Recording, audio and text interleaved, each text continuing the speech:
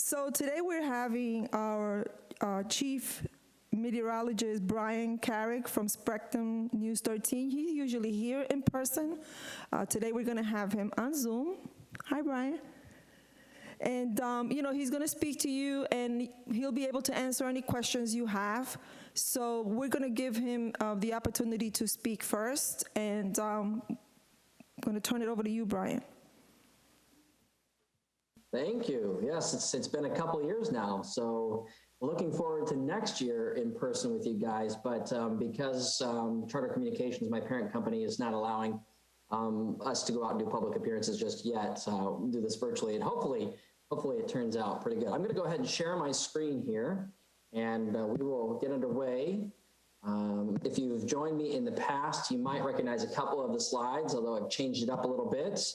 And obviously, now that we're into the season, we are hopefully already preparing for what could be another slightly busier than average season ahead. So the title of this one this year is Hurricanes in Central Florida. Don't be scared, just be prepared. That is our motto at Spectrum News 13. And what it does is when you start to think about the storm, as long as you're prepared, as long as you've gone through the steps to get yourself ready, there's no need to be scared.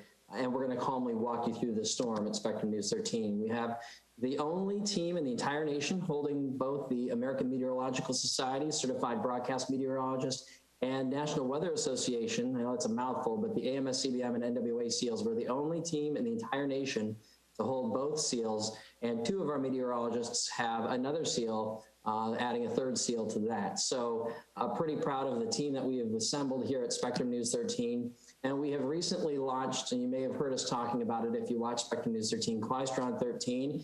It is the world's most powerful television radar. It's about 35 miles east-southeast of downtown over in West Cocoa. So what is a Klystron? We're going to get into that in just a second, but what we're going to do is use Klystron 13 and the tools and equipment and the meteorologists we have in the upcoming season to actually give you tropical updates when something starts brewing. So if we have something in the Atlantic brewing, you're going to see those updates at 51 past each hour. As more storms develop or they start threatening Florida, you'll see us discussing that in more of our weather hits. We're on every 10 minutes on the ones. And if we do have a storm that starts getting very, very close, we will actually do continuous coverage, and hopefully we don't get to that point. By the way, the season, as I mentioned, starts June 1st, just started the other day. Notice in our graphic here, we start to ramp up the amount of tropical systems in the Atlantic Basin as we work through August into September and October, and then we start to see a sharp decline.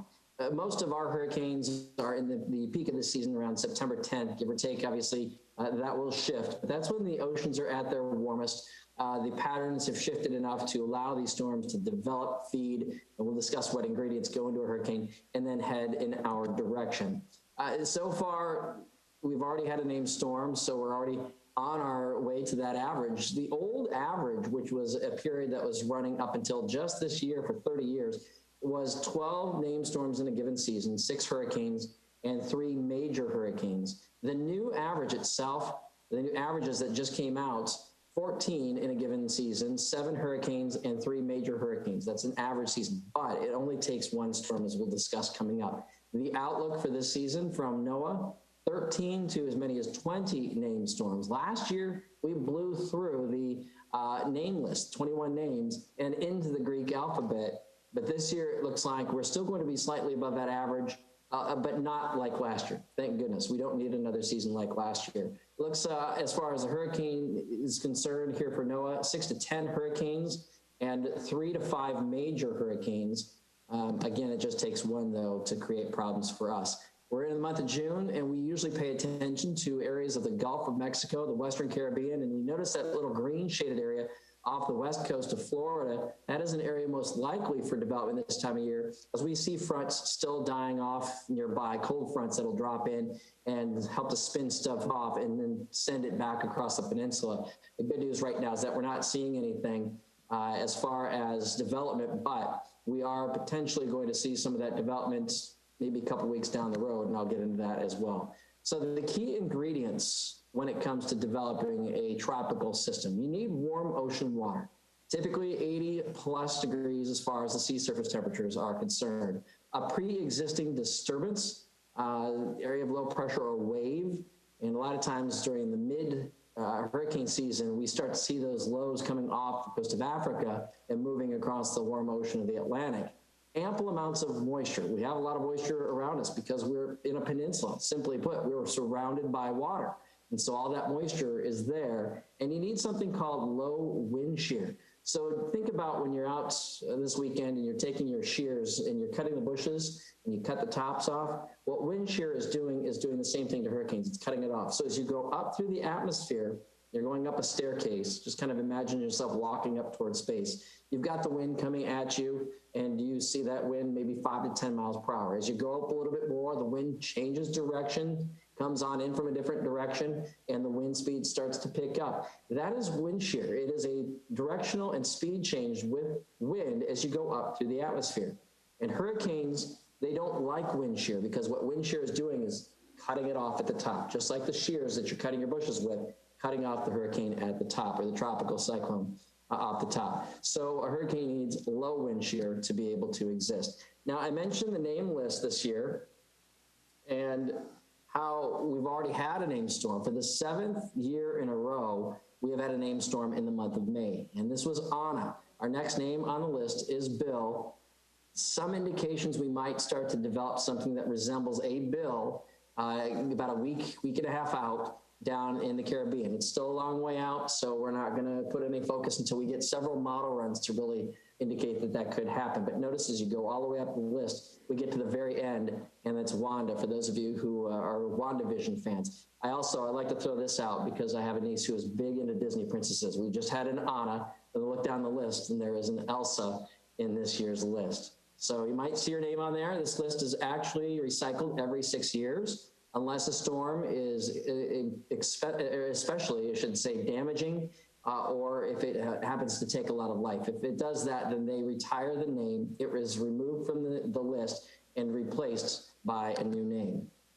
This year, they are doing away with the Greek alphabet. Remember last year, we worked our way well into the Greek alphabet. Well, this year, because of the confusion that was actually placed in the Greek alphabet last year, and the fact that they can't retire a Greek letter because it's there, they don't have anything to put back in its place, they've come up with a new supplemental name list, and this list will take us, hopefully we don't get into this list, but it takes us from Adria all the way up toward Will. And again, this will only occur if we get through that first name list, and hopefully not this season. So let's go back and check out what happened in October 10th of 2018. This is a satellite image, by the way, of Hurricane Michael making landfall up in Mexico Beach, which is in the Panhandle. And this storm system itself rapidly intensified in the Gulf of Mexico after crossing sea surface temperatures that were in the upper 80s. So it had that high octane fuel to feed into the storm. So Michael was retired, and it was actually the first Category 5 hurricane to strike the lower 48 since Hurricane Andrew in 1992. And if you were in Florida at the time, obviously Andrew did a tremendous amount of damage, especially down in parts of Miami and Homestead in particular, as the storm crossed the peninsula. Michael itself, as it made landfall, it killed at least 74, and there was an estimated $25.1 billion in damage from Central America to the Panhandle. And there are still, to this day, areas that are trying to clean up from this storm. This was just some of the images that I grabbed from before Michael moved in. And it says, "Calm down, Michael. Mexico Beach is a family town." As folks were loading up their sandbags, and crews from energy companies from across the nation were gathering and pushing in our direction. Stores were packed with people stocking up on supplies, and there were actually some minor gas shortages as lines of folks lined up for the gas. And this is why we say prepare now. You don't want to be in something like this. You don't want to be stuck in the long lines. You don't want to be trying to get gas as there's huge lines and the potential they may run out. So the time to prepare and stock up is now. We'll go over some tips on how to prepare in just a minute. So back to Michael, as it made its way across the Gulf of Mexico and rapidly intensified. It did make landfall originally as a Category 4, but it was bumped to a Category 5 because they were able to find wind that was in a Category 5 status just prior to landfall, and the storm continued to weaken as it moved in, but it pushed a lot of water toward the coast, and that surge created some major issues. So the peak wind gusts in Michael, 129 miles per hour at Tyndall Air Force Base, all the way back to Shell Point with a gust of 74 miles per hour. As far as what happened with Michael, the tropical storm to landfall was a mere 73 hours. That's not much time to prepare, and it left a lot of folks scrambling to get ready as the storm moved in. The storm surge itself, which is a piling up of all that water up toward the coast, was over 10 feet. Now, I'll share some pictures of what that surge did. We had the third most intense pressure in a tropical system. The highest rainfall, oddly enough, it actually fell up in Black Mountain in North Carolina, about 9.62 inches. And what happened is the storm rolled up and over the mountains. It started squeezing all the available moisture out. Approximately 2 million without power at peak, and deaths, well, that was updated from 59 to 74. So here's some of the images after the storm rolled by, and what was a beautiful beachside town in Mexico Beach.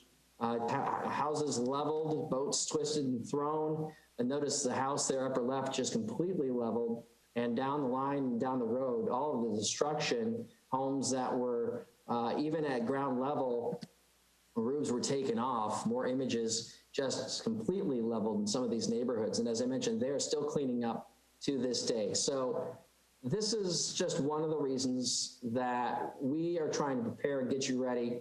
Not that this is going to happen, and now especially because we are inland, we are at the coast, we don't have to worry about the storm surge, but we have to worry about the wind, tornado potential, as well as flooding. So let's go over this season, see what we have. It takes, a number of computer models, and there are tons of computer models that are generated by supercomputers in various parts of the world, including here in the US, up in Silver Springs, Maryland. And so our forecast team, the American GFS model team, they are trying to put together their plan and trying to figure out if the model is going to pick up on storms this year, as it did so fairly well last year. So the teams that are forecasting are using all of these models, and several of the forecast teams are calling for a slightly above average season, but not as busy as last year. But remember, it can be as busy as it was last year, and we didn't actually get a direct hit here in Central Florida.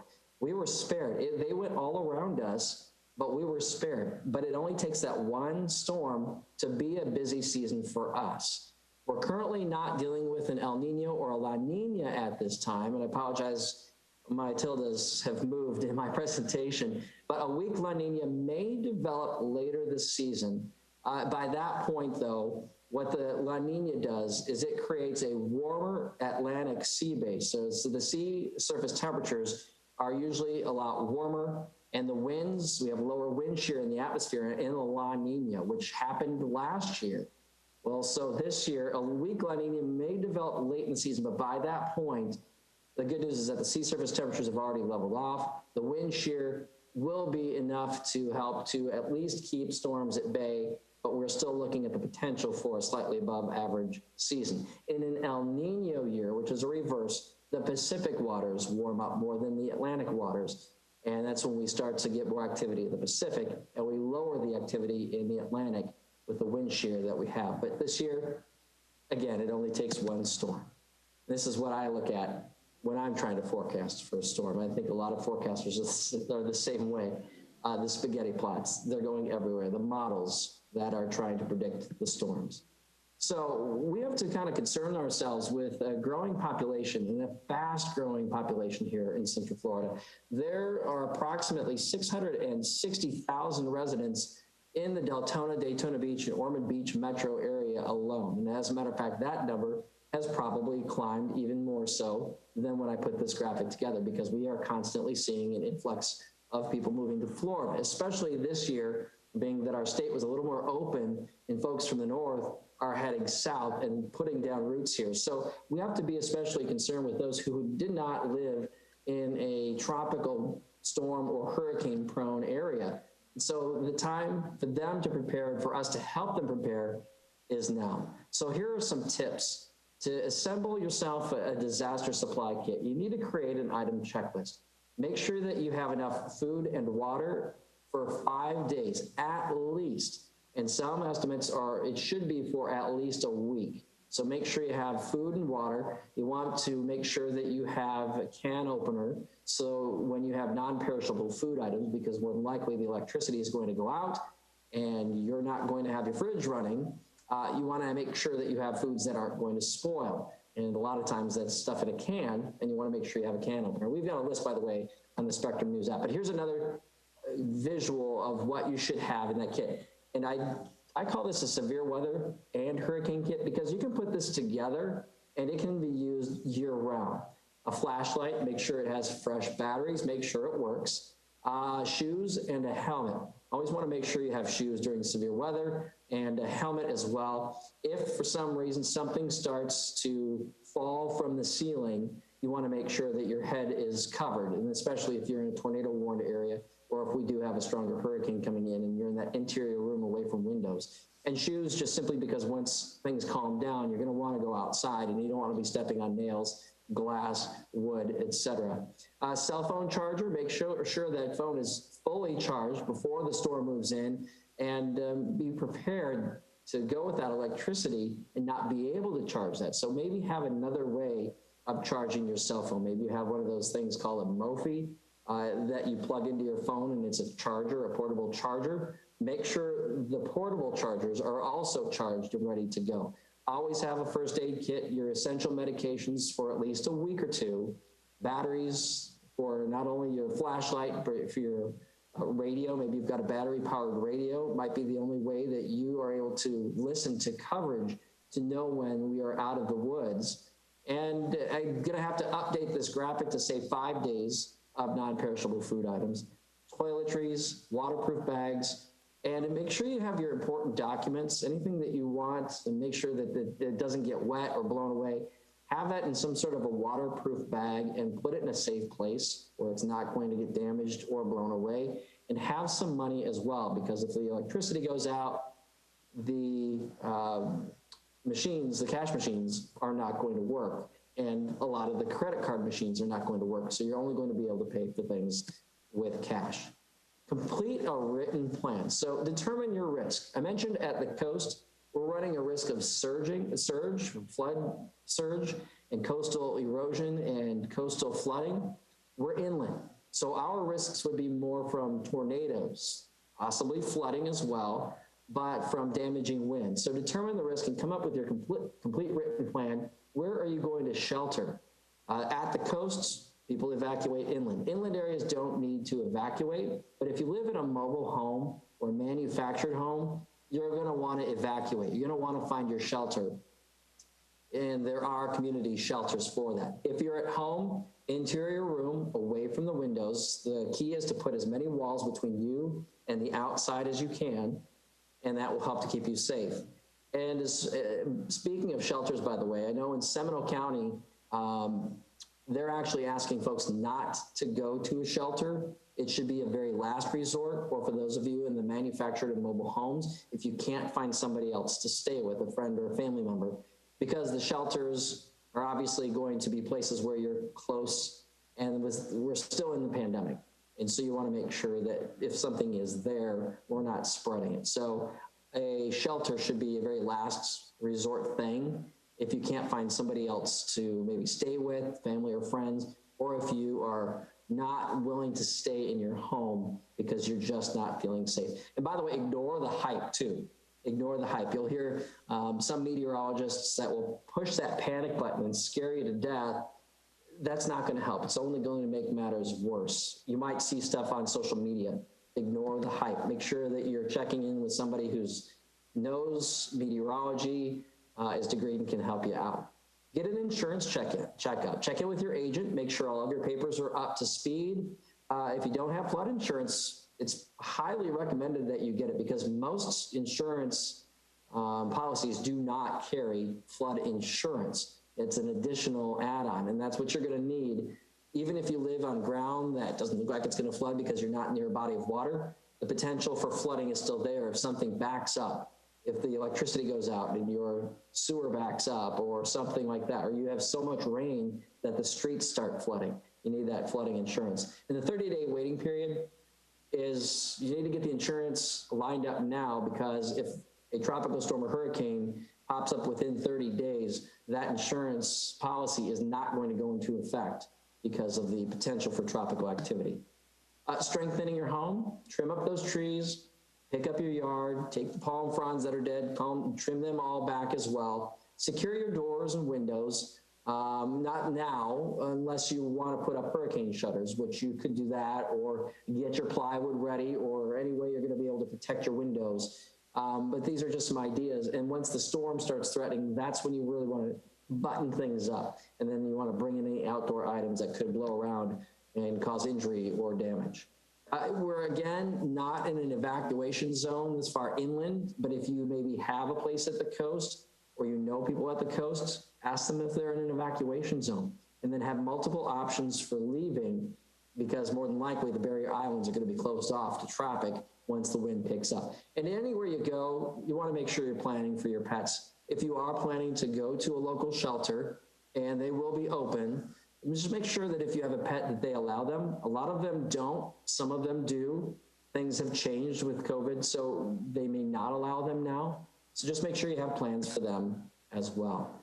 And one of the key things that I've really been focusing a lot on this year, because of the growing population, is neighbor helping neighbor. Help your neighbors prepare as well.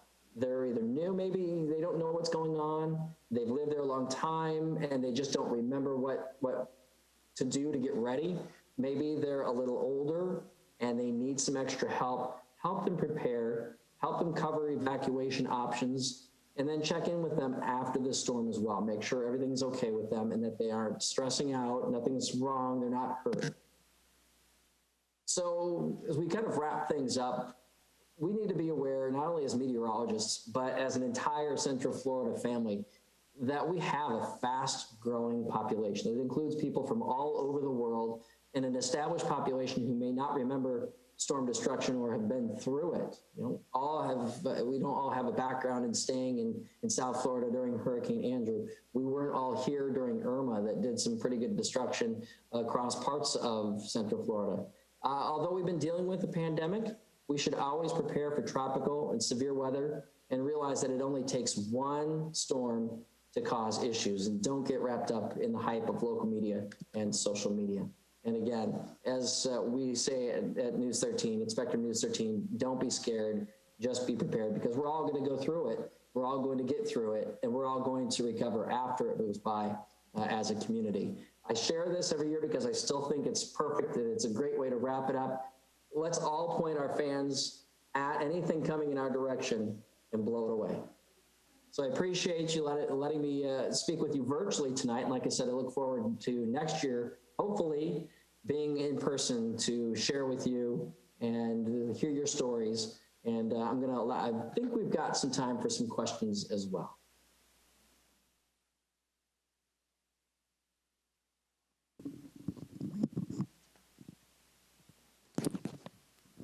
Okay. Hi there.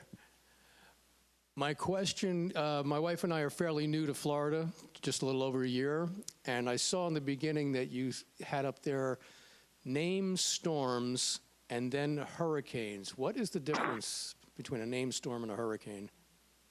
That's a great question. It's a really good question. A named storm can be a tropical storm or a hurricane. So anything that ends up with a name would go from a tropical wave to a tropical depression, which will get a number, and then we'll work our way into a tropical storm. And at that point, once we hit tropical storm status, which is winds over 39 miles per hour, we actually get a name in a storm. And so that's considered a named storm. Once we hit 74 miles per hour, that's actually when we hit hurricane status. It already has its name from being a tropical storm, so it will keep that name throughout its life cycle. But a named storm is either a tropical storm or a hurricane. Thank you. Any other questions?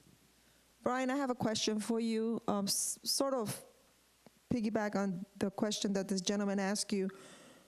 What do you mean when you say hurricane or tornado watch as opposed to tornado warning? Another great question. So when a watch is issued, it might be a severe thunderstorm watch, it might be a flood watch, it might be a tropical storm or a hurricane watch. When you hear the word watch, we're watching we're being prepared for something that might occur. So conditions are favorable for the development of, say, a tropical storm, or we've got a tropical storm on the way. Conditions are right for a tornado to develop. We're watching it. But once a warning is issued, and that's when you need to take action, and you need to take action fairly fast. When a warning is issued, that means that something is imminent. And say a tornado warning is issued, a tornado has been spotted either by radar or by a trained spotter, and that is the time to take shelter. If a hurricane warning is issued, it's usually here locally issued within a couple of days of landfall, giving us at least that time to prepare. Hurricane watches, by the way, if you haven't lived here, tropical storm or hurricane watch, they are usually issued a few days out. And that's when we really start to ramp up the coverage and ramp up our preparations. And then once that warning is issued, hopefully we're already settled and have buttoned everything down and can just sit back and watch what happens and hope. I have another question. So if I have a two-story home, I have a closet upstairs, no windows, no walls. Is it safe for me to stay upstairs?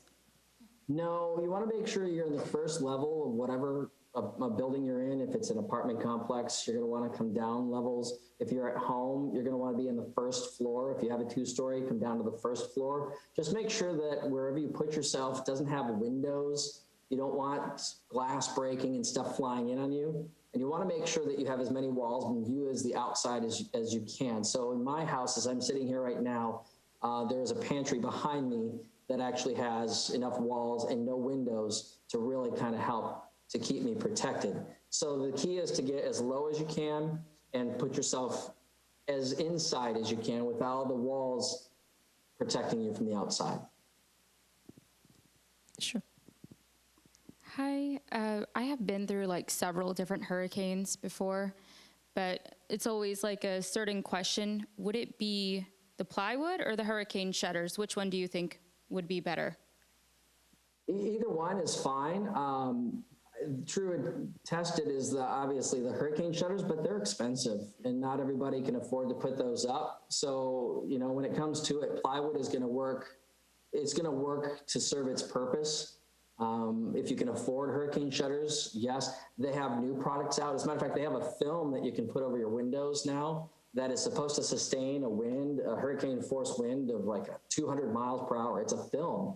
Plus they have various pieces of thick plastic that are also tested to winds over 200 miles per hour.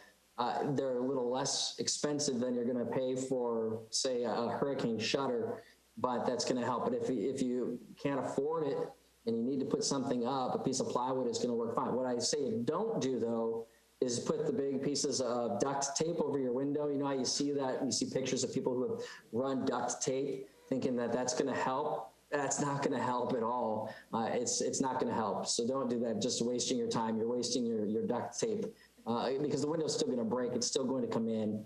But if you have to, I'd say a piece of plywood is going to be the best bet. And get that ahead of time too. Maybe get that pre-cut. Try and get that all lined up. Store it somewhere, because once a tropical system is coming in our direction, the big box stores like Home Depot and Lowe's, they're going to run out of plywood in a hurry. So another question. So when I hear there's a tornado or hurricane warning or watch, is that the time that I stop to look around my house, which is the safest place, or should that be done before, way before? I would do it now. Go home and take a look around and see what you have. Where are you going to go? You should know that anyway, because we see here in Florida severe weather any time of the year. We have tornadoes every month of the year. And so you should know right now where you would go, because then you're ready. Then you can also get that room ready, store your hurricane or severe weather kit in that room. So I would go home and do that tonight. Don't wait. Once we start getting busy with preparations, you might lose that track. Plus, in your written list, complete that written plan of where you would go. So write that down, and you'll be able to look back at your list and go, here's where I know I'm going, here's what I know I have, here's what I know I need to do before the storm arrives. Sure. On the same subject, you just brought up something I've been thinking about for a while. There are so many different names for storms. You've got twisters, cyclones, tornadoes, hurricanes, tropical storms. What is most prevalent in Central Florida, and is the severity the same or more for one or the other, a tornado and a hurricane? Well, all of those are basically names for areas of low pressure. It's just the severity is going to depend. So we see tornadoes every month of the year. Our strongest tornadoes are typically in the winter months of January, February, March, and those are all spurred generally by cold fronts. Usually this time of year, sea breeze storms, which you'll hear more about sea breeze activity as the Atlantic sea breeze comes in, the Gulf sea breeze come in. They're colliding tonight, as a matter of fact, over Interstate 75 with some very heavy rain. Those will occasionally kick up tornadoes. And we see a bulk of our tornadoes in tropical systems here in Central Florida. So when a hurricane makes landfall, every hurricane that makes landfall, or almost every, it's 98%, are going to produce a tornado. And that would be our biggest concern here with a landfalling tropical system, is the tornadic activity. They're usually weaker, but they're moving much faster. And it doesn't give you a lot of time to prepare. So here, tornadoes would be our most frequent spin, if I could call it that, area of low pressure, over anything else, including tropical activity. So that's really what we put a lot of focus on year round, is the potential for tornadoes. Any other questions? Well, Bryan, thank you so much. We look to forward to seeing you next year with your little, the little lights that you brought the last time, like the little hide. My grandson still plays with them. But we appreciate you. We thank you so much. And we look forward to seeing you next year, unless there's any other questions. Thank you. Thank you, and feel free to reach out in an email if you have any questions that come up. Just find me out at mynews13.com, and I'll answer any questions you have. Okay.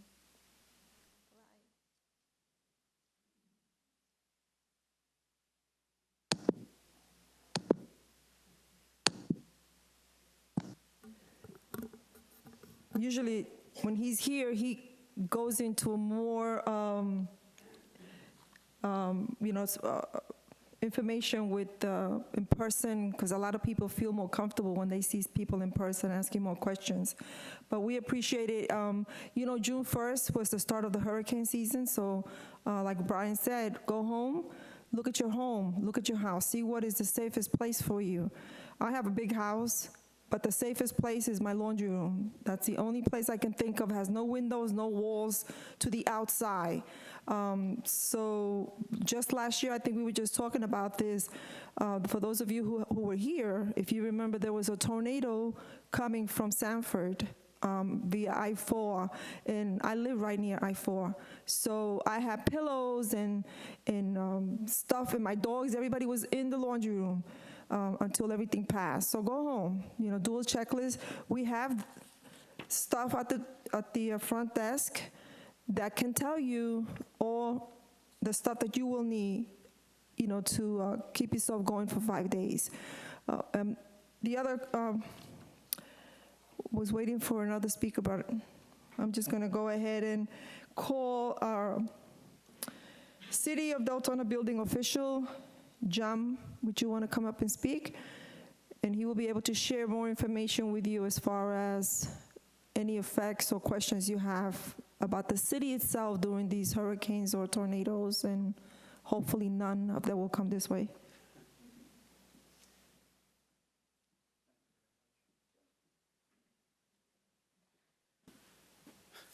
Good evening. My name is John Bowden. I am the new building official here in the city of Deltona. Purpose for tonight's meeting is to get you guys prepared for what may happen.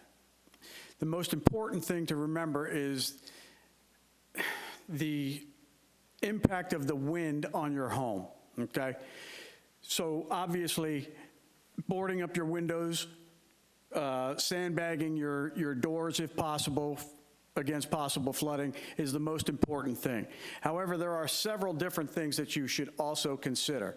Bryan touched on it earlier about trimming trees. A huge part of the damage that we receive comes from fallen trees, blown debris, and things of that nature. So as he said, bringing in your patio furniture, huge, huge thing to remember to do. You might not think that a 74-mile-an-hour wind is really that strong, but it is. And it will take down limbs, and it will put those limbs through your roof and through your windows and any other weak spot that you have in your house. So always remember, all year long, keep an eye on what trees you have on your property. Watch for the limbs that are hanging over your roofs. Take out any dead trees that you see pose a hazard to either you or your neighbors' homes. And the question about whether plywood or storm shutters, anything that you can do to cover your windows is a positive, with the exception of the duct tape, as Brian mentioned. But they do have the polycarbonate panels that he was talking about, which is a lightweight, thin wall product that will protect against, and they're very light, they're easy to handle. You guys may not know this, but the plywood right now, the price of plywood right now is through the roof. And when the storms come, the stores will empty out. I guarantee you that. If you wait too long, you will not get plywood. So the time to act is now, and even before hurricane season starts. Stock up on all those materials so that you have them. Get them pre-cut, as Brian said. There's several different ways of fastening.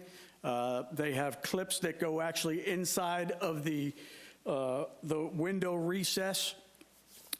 They have screws that permanently attach to your home, and you could just go in and put your panels up, your plywood up. It is immensely important to remember that the weakest points of your home are your windows, okay? That's why they say stay away from the windows in an interior room, because the pressure that the storms put on those windows will blow them in. Just remember also, if you have impact windows, excuse me, impact resistant windows, great product to have. They will not prevent the window from breaking.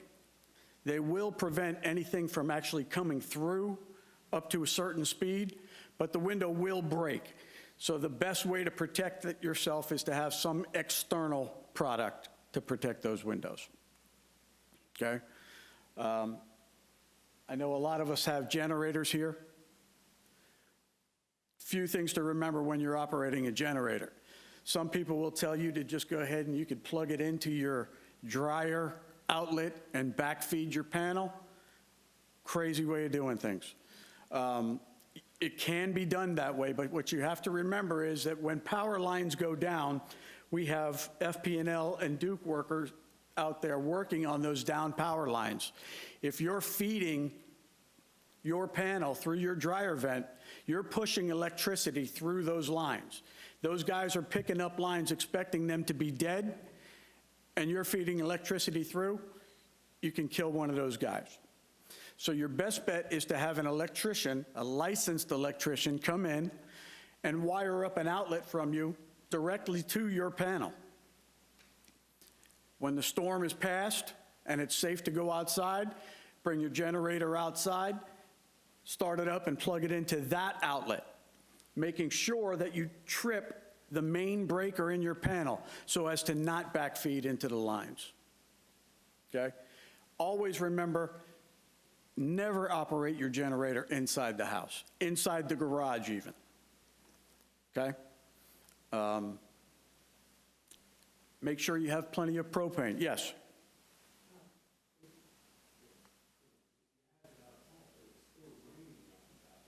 Correct? Is the generator, contained enough where it'll run even in the rain? Most companies will have, they do make tents now that actually attach to the generator and protect the generator from the elements. So you could cover it with something. Always have to leave enough ventilation for that thing to work. It's got to have the air circulation, but they do have the portable tents that you could go on Amazon and buy them. Yes? Excuse me? It's almost like a flammable explosion kind of thing you could inherently cover this generator and then.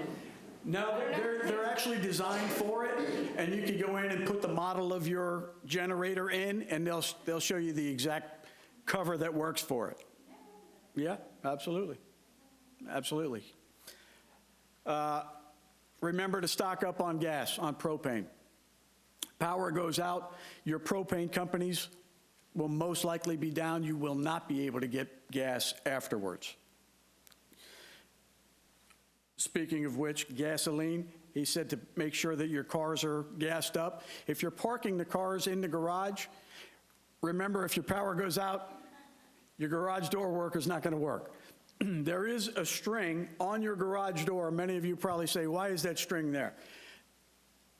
In the event of a power outage, there is usually a red string with a handle on it somewhere near the garage door itself. If you pull that string down, it will release the latch and you'll be able to lift that door up on your own.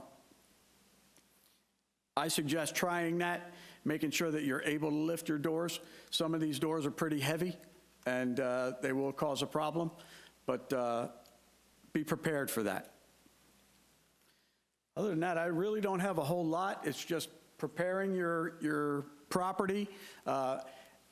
One other thing you should remember, after a storm, if you have damage, you will get a number of shady characters out there that are all of a sudden contractors. State of Florida has a licensing certification, state certified general contractors, building contractors, residential contractors, and it is always important to get work provided by a state certified contractor.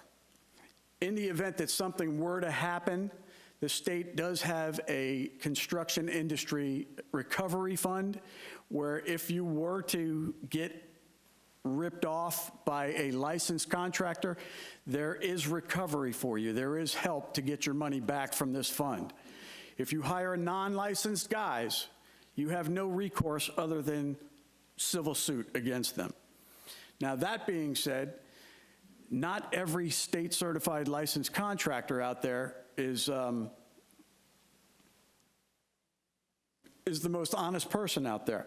So it's also important to make sure you do your background checks, call references, check with your Better Business Bureau, and just do your due diligence. Protect yourself. Okay?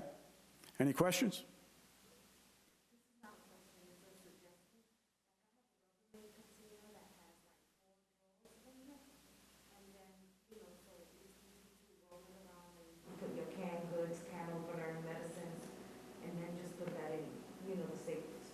Great idea, great idea.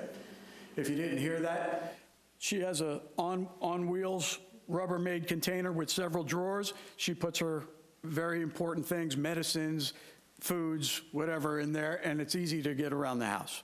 So, thank you very much. No other questions?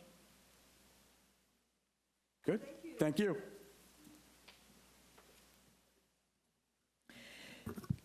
You know, so one of the things, as a mother and a grandmother, one of the things that we tend to forget is we train ourselves on the do's and the don'ts, but we forget our children.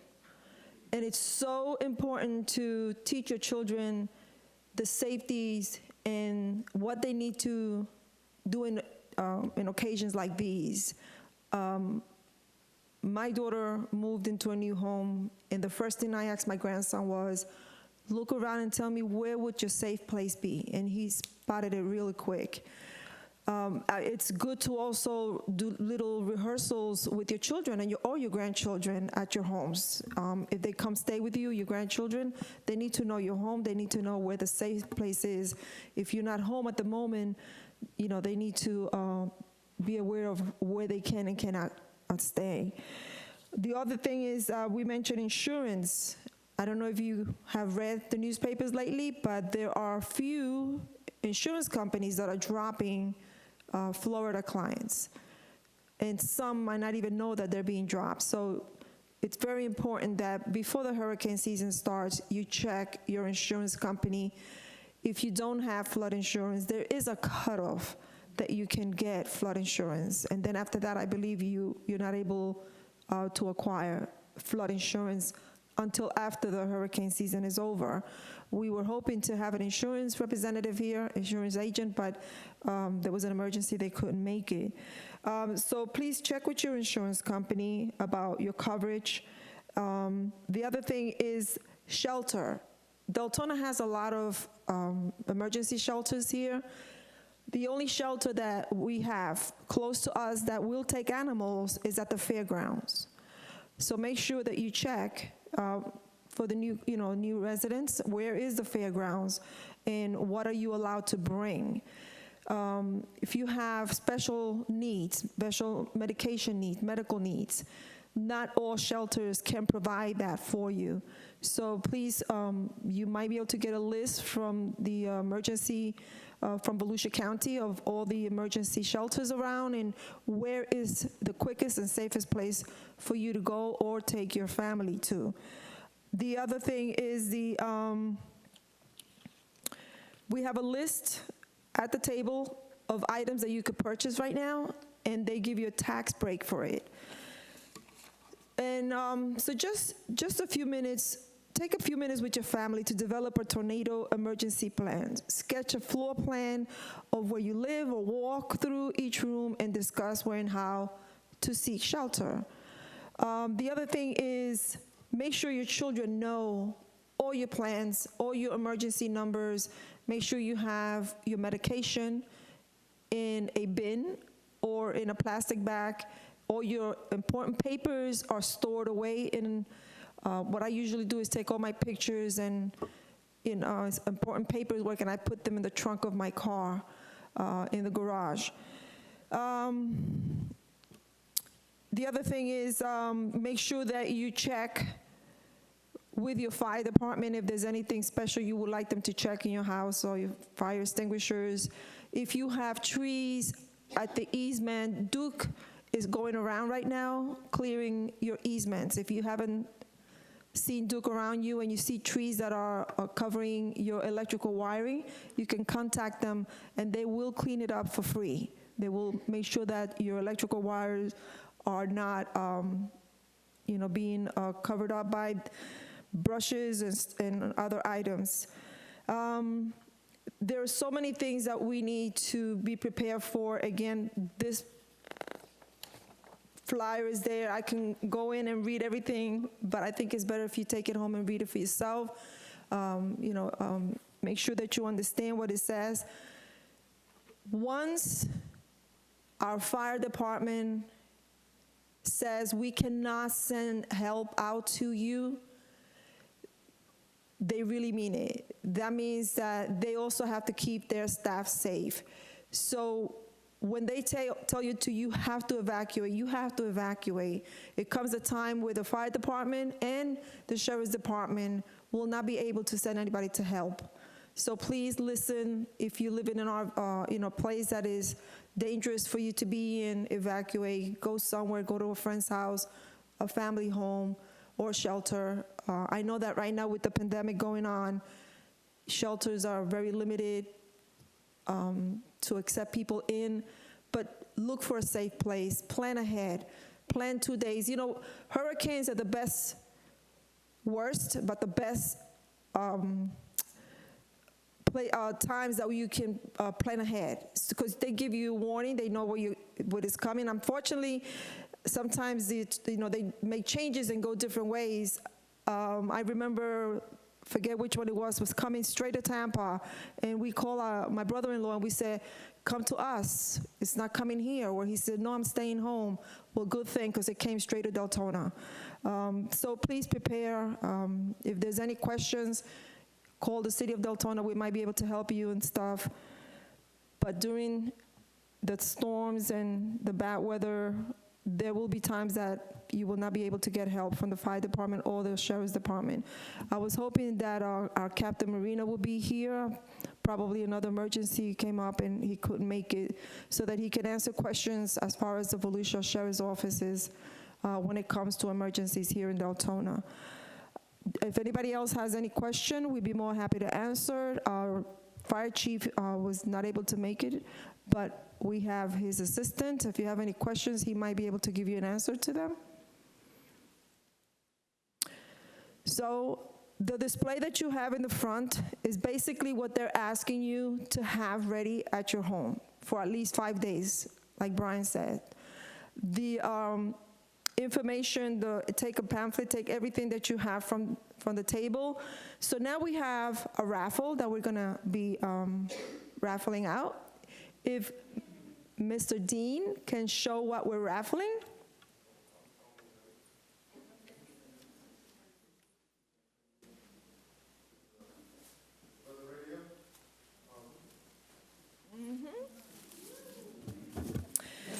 We're gonna limit it one per household. So I know that he gave out a ticket to everybody, but if you all live in one household, I would like to ask you to please, just take one so that we can give it out to another family that will need them. These are the best. I have one. Mine is about 15 years old. You won't even know it's in your home. They're so quiet. But when something is coming, you're gonna know it's coming. You'll hear it through the whole house. And these are the ones that are recommended by our own fire department. Best fire department in the county. Right here in Deltona. Yes, they're best. That's our number one fire guys. So we're gonna call out your number. Can you do that? Yes, ma'am. You want to be the picker? and I'll be the caller? Okay. It's good. Let's make sure we shake this. All right. I don't need that microphone. Big mouth. I'm going to call out the last three, okay? The last three. 593. All right.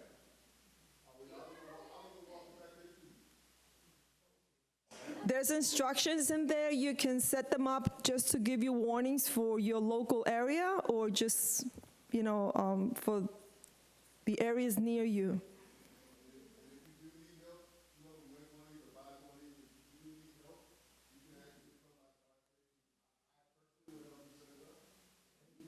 And since he offered, he's right there on Providence Boulevard, next to the Sheriff's Department. I just did it the other day for a couple of people, so I'm willing to do it. Name is, just make sure that you remember his name. Dean. Let's ask for Dean.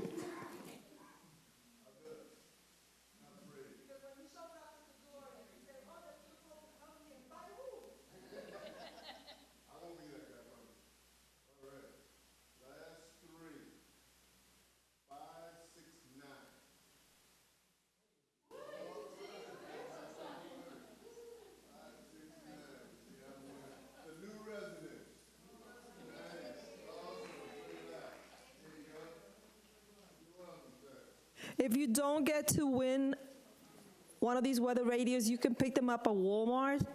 I think, if I'm not mistaken, I think they're about $35 each, but they'll last you a lifetime. They're reproducing over here. I only saw two.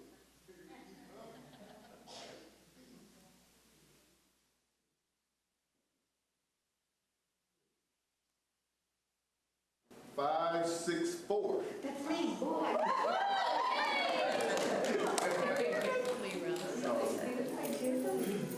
Thank you so very much. You're welcome, man.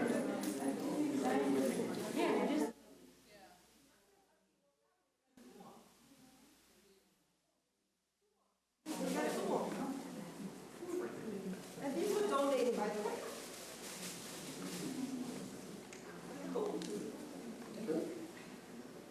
5, 6, 1.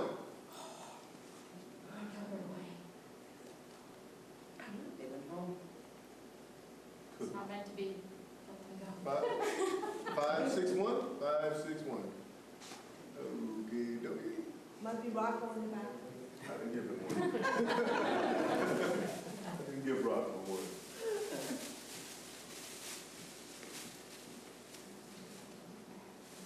Wendy? 5, 6, 6.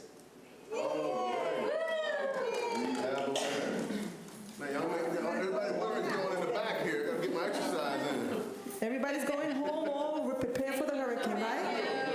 Where are you folks from?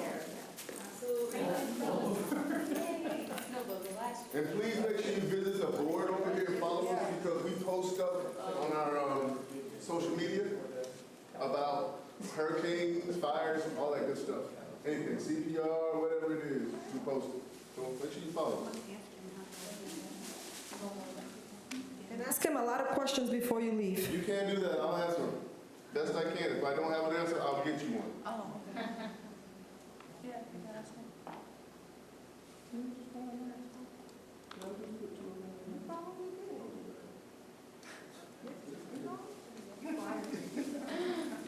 I fight fires, not throw pickets. 571. All right. By the way, she was the first one here, too.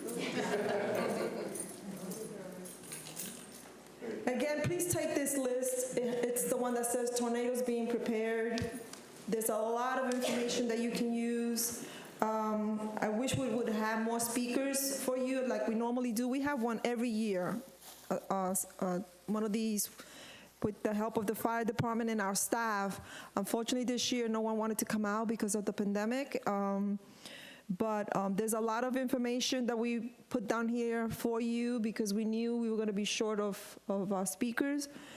And Wendy, thank you so much for helping put all this together. And the staff in the back, they're hiding in the room.